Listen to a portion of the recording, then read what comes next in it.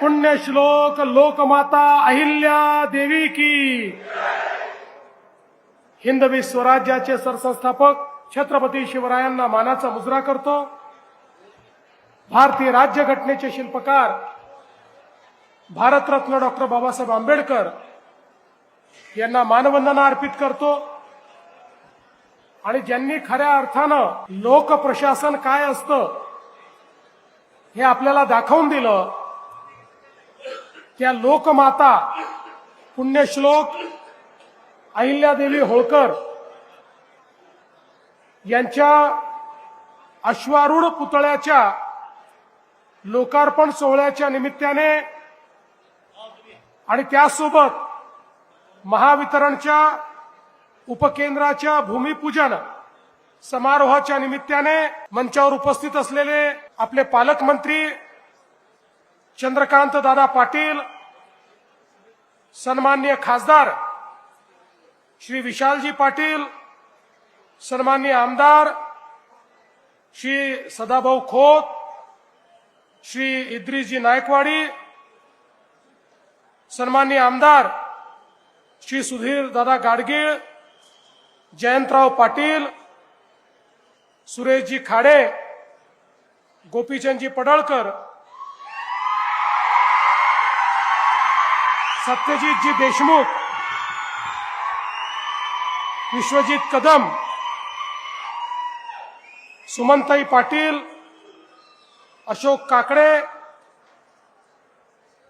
या ठिकाणी उपस्थित माननीय अण्णासाहेब डांगे, विशाल नरवाडे, सत्यम गांधी, संदीप घुगे, दिनकर पाटील, नितीन शिंदे, पृथ्वीराज देशमुख, रमेश शेंडगे, जयश्रीताई पाटील, सम्राट महाडिक, समित कदम, नीताताई केळकर, मकरंद देशपांडे, शेखर इनामदार, प्रकाश ढंग, मनगू सरगर, संतोष पाटील, संजय बजाज, स्वातीताई शिंदे, रोहिणीताई पाटील, पृथ्वीराज पवार, मनोज सरगर, पद्माकर जगदळे, अतुल माने, पृथ्वीराज पाटील, सिद्धार्थ गाडगीळ, दीपक शिंदे, अतुल माने, सचिन सरगर, दत्तात्रय ठोंबरे, राहुल पुजारी, भूपाल सरगर, या ठिकाणी उपस्थित सर्व माझ्या माता भगिनी आणि बंधूंनो, आजचा दिवस हा माझ्याकरता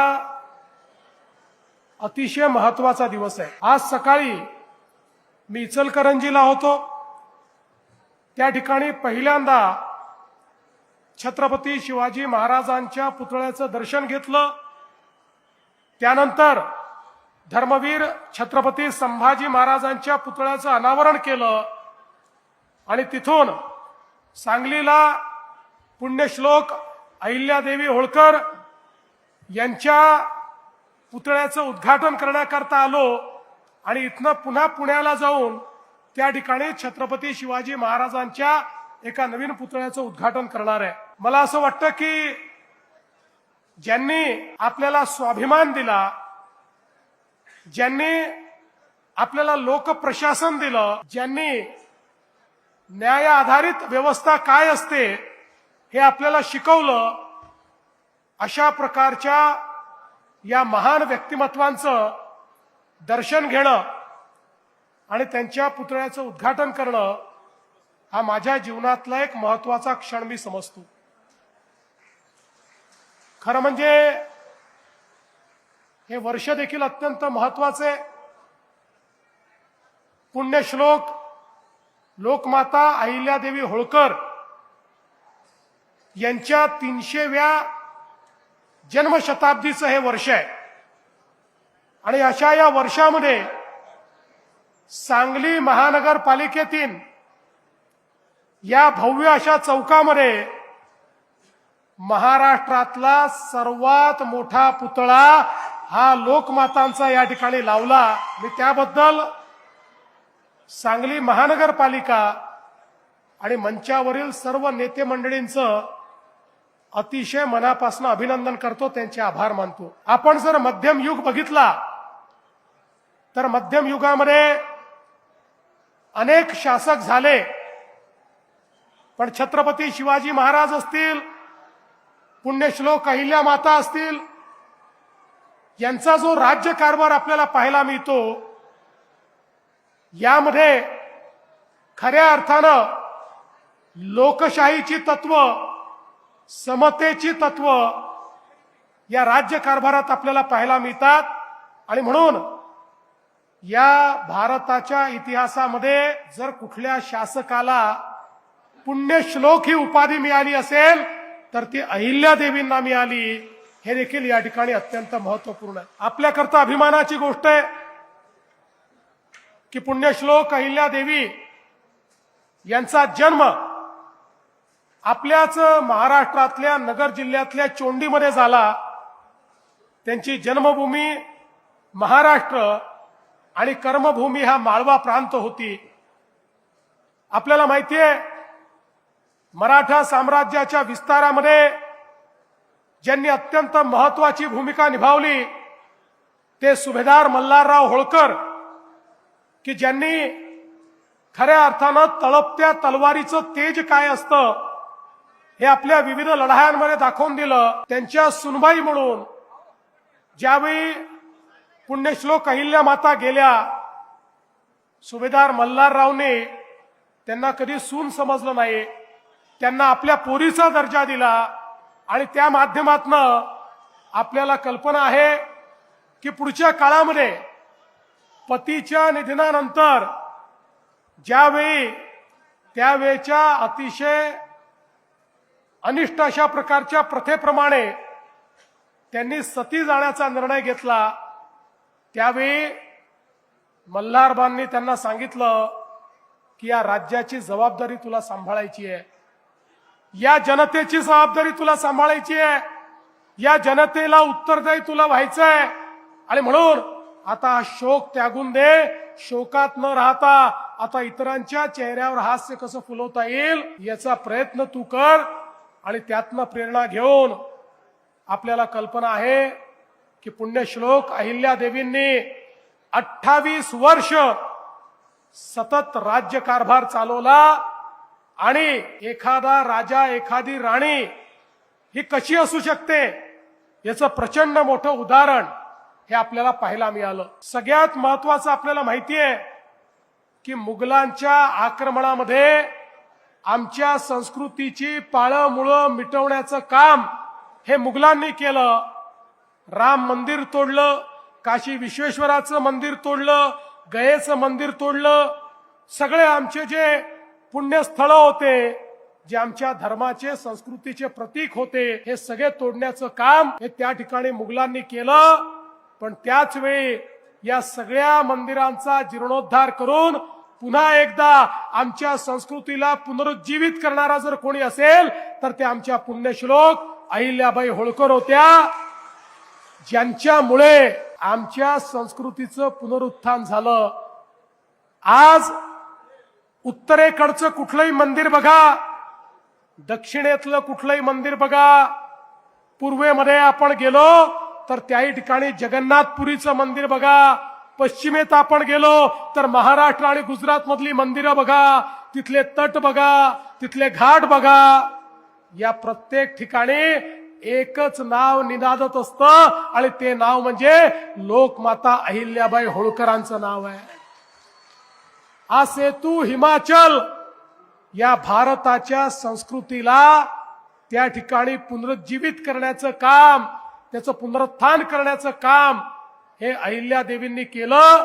आणि म्हणूनच राम मंदिर आणि काशी विश्वनाथाच्या पुनरुत्थानाच्या वेळी आपले प्रधानमंत्री मोदीजींनी सांगितलं की आज आपण हे करू शकतो आहे कारण कधीतरी मुघलांच्या आक्रमणामध्ये या मंदिरांना वाचवण्याचं काम हे पुण्यश्लोक अहिल्यादेवींनी केलं.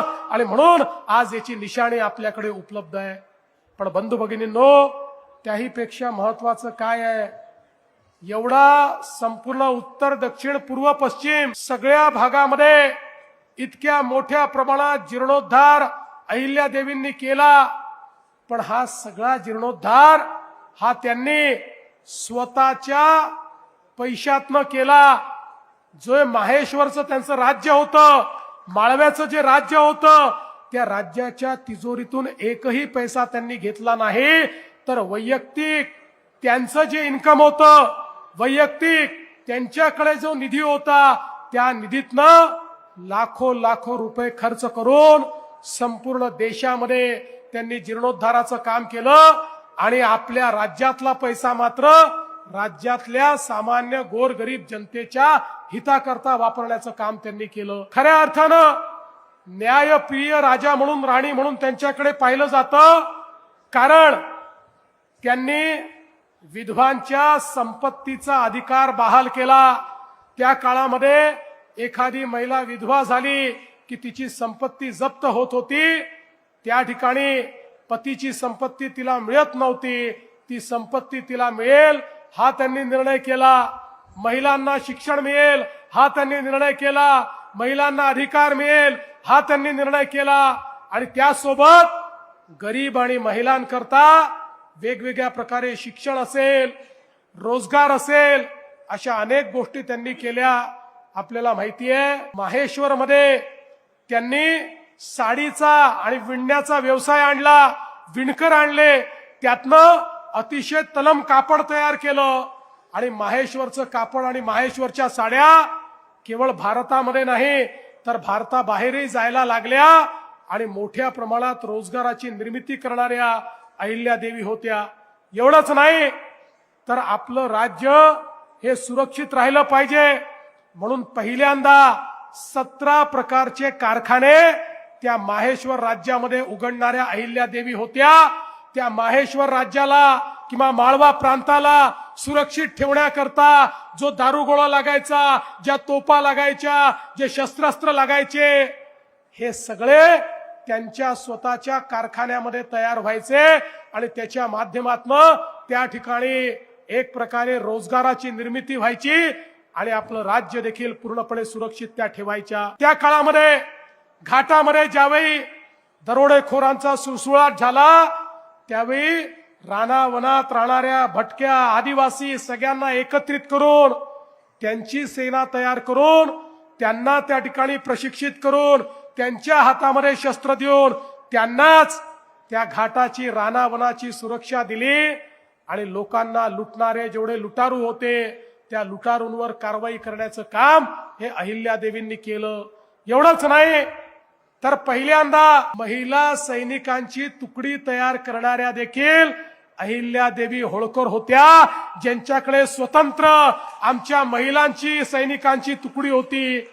आणि स्वतः लोकमाता अहिल्यादेवी लढाईमध्ये समोर असायच्या, हत्तीवर बसून लढाईचं नेतृत्व करणाऱ्या अशा प्रकारच्या वीरांगना आमच्या लोकमाता अहिल्यादेवी होत्या. न्यायालयाची स्थापना केली.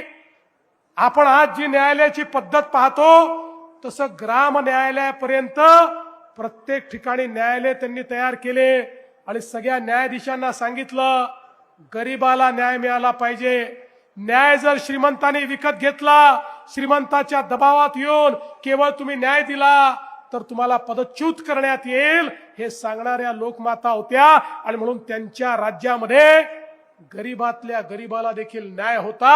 ही न्यायप्रिय व्यवस्था तयार करणाऱ्या लोकमाता होत्या. आणि म्हणून त्यांच्या राज्यकारभाराच्या संदर्भात आपण अनेक गोष्टी सांगू शकतो.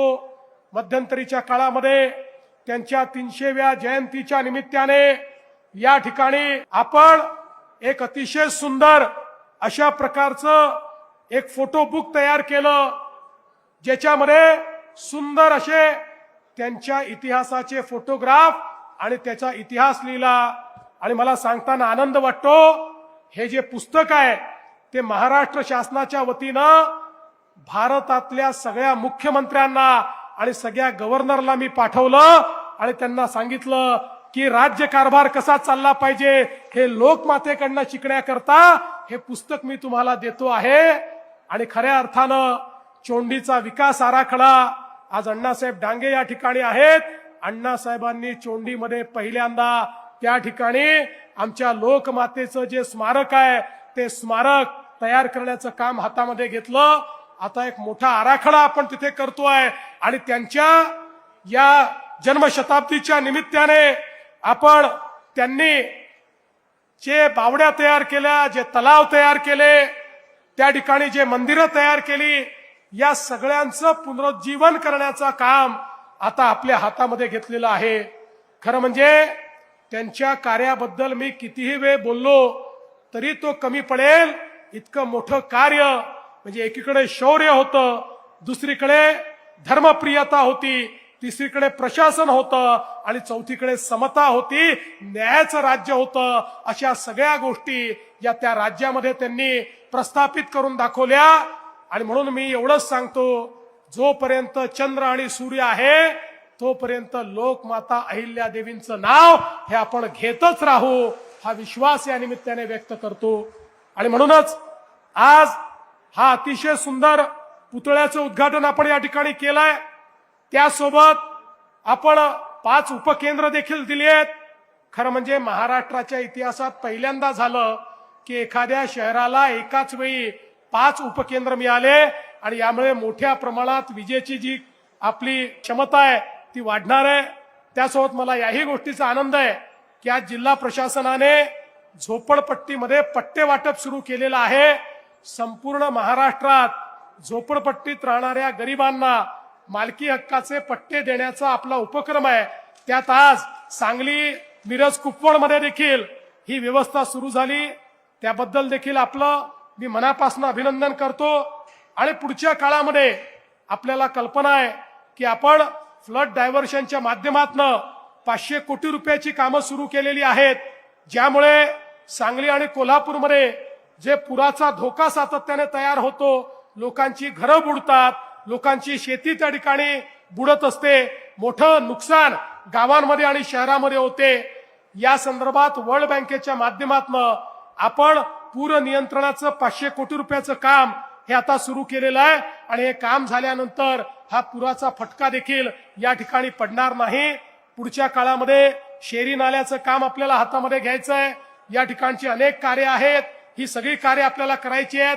आज मी त्याबद्दल जास्त बोलणार नाही, कारण आजचा दिवस हा लोकमाता अहिल्या देवींना समर्पित अशा प्रकारचा दिवस आहे. आणि म्हणून आज आपण सगळे मिळून हा संकल्प करू की हयात त्यांनी दाखवलेला मार्ग, छत्रपती शिवाजी महाराजांनी दाखवलेला मार्ग आणि डॉक्टर बाबासाहेब आंबेडकरांनी दाखवलेला संविधानाचा मार्ग, या मार्गानेच आम्ही चालत राहू, अशा प्रकारचा संकल्प या ठिकाणी घेतो आणि माझं बोलणं संपवतो. धन्यवाद.